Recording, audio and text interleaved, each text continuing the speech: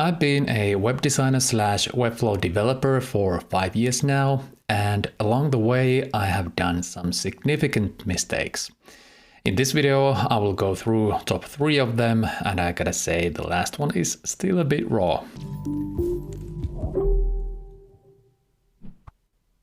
Hi guys, my name is Janne, I'm your designer friend from Finland, and I hate making mistakes. I'd love to be that guy who says that they enjoy mistakes because it's the only way to grow. It is kind of true, but it does not make it any less painful. So with the following mistakes, I'm hoping to give you some peer support. The first one is my only project that never got finished. I was a part of a development team building an app, and I'm not a front-end developer, but my role was to build Webflow components. Those components would be then imported to a React project using DevLink. The aim was to keep the process as lean as possible. As I said, I'm not a full-blown developer, so I was not 100% sure that this would work. I said it out loud when we got started. The clients wanted to use the DevLink, and the actual developers did not want to say no to the client. Ultimately, the developers did not use the components. I built them and I was benched from the project. Luckily, I had communicated everything clearly. I got to send a partial invoice, and the client relationship continued with other projects. Of course, all of a sudden I had an empty slot in my calendar.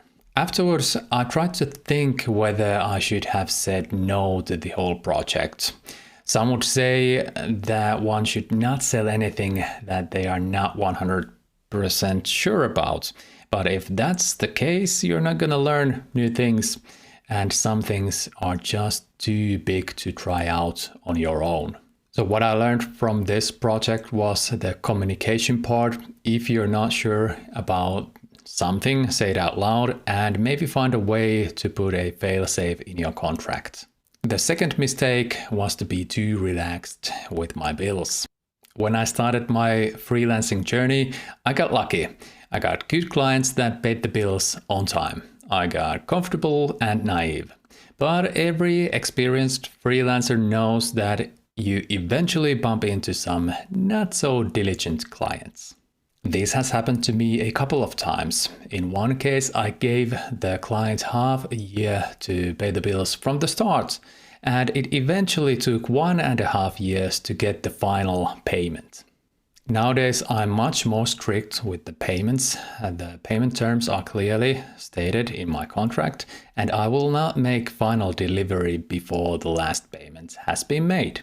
Also, some big companies tend to pay a few weeks late, and I'm not sure if that is intentional or just an effect of a complex organizational structure. Anyway, in those cases, I send the late fee even if it's minor. Yeah, this last one is hard. Back in 2024, I had an employee. We had a good run, he was awesome, but I could not keep him on. In hindsight, I hired too quickly. I had some leeway on the bank account and a plan to make it work. The leeway ended and the project that we had could not support us both. I had to let him go, but luckily again, I had communicated everything quite clearly. The jump from a solopreneur to an employer of one is challenging and risky. Your role changes instantly and you will have many more responsibilities.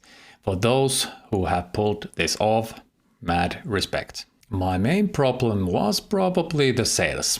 I had leads coming at a rate that could sustain my salary, but we needed to basically double the incoming projects, and my sales efforts were just not enough. If I ever try to employ anyone again, I will make sure of 2 things. Firstly, every process has to be clear, tested, and in writing. And secondly, I have to have a predictable way of getting more clients. Well, that was not fun. I hope you can relate to some of those, and let me know in the comments if you have had some similar experiences.